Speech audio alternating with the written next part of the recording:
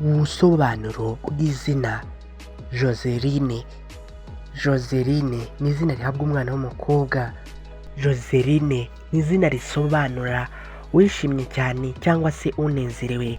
Gusa hari naho barisobanura yuko rikomoka ku rindi zina rya Josephine, naryo rikomoka ku rindi zina rya Joseph ry'igiheburayo risobanura yongerewe cyangwa se uwongerewe. Dore imwe mu mico 10 ikunze kuranga abantu bitwa ba Joseline. Joseline ni umuntu usanga agira ubwitonzi bwinshi. Joseline ni umuntu usanga agira ishyaka n'umurava mu bintu akunda. Icya gatatu kiranga Joseline, Joseline ni umuntu usanga agira urukundo rwinshi. Icya kane kiranga Joseline, Joseline usanga afite inshuti nke ariko z'ingenzi. Icya gatanu kiranga ba Joseline, Joseline ni abantu batajya bapfa gucika intege.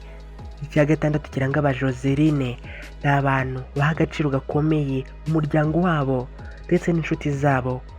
Icya karindwi usanga kuri ba Joseline, Joseline ni umuntu usanga akundwa cyane agira igikundiro muri benshi.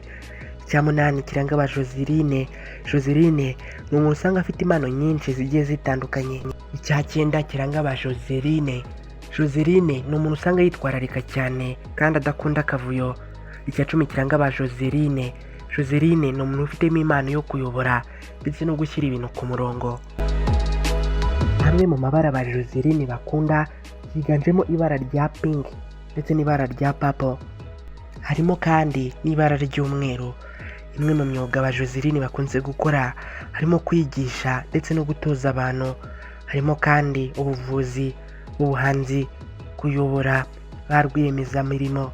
Bakunze gukora mu miryango ifasha abandi ndetse bakunze no kuba abantu bahanga udushya. Bamwe mu bantu bamenyekanye cyane kuri rino zina Joseline harimo Joseline Edwards.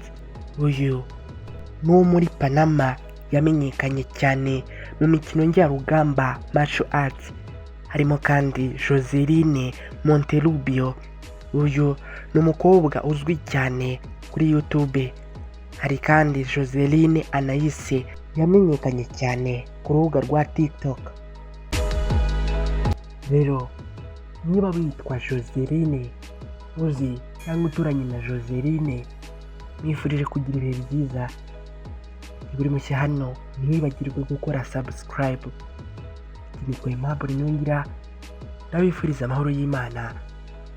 Munyemerere duhure ubutaha.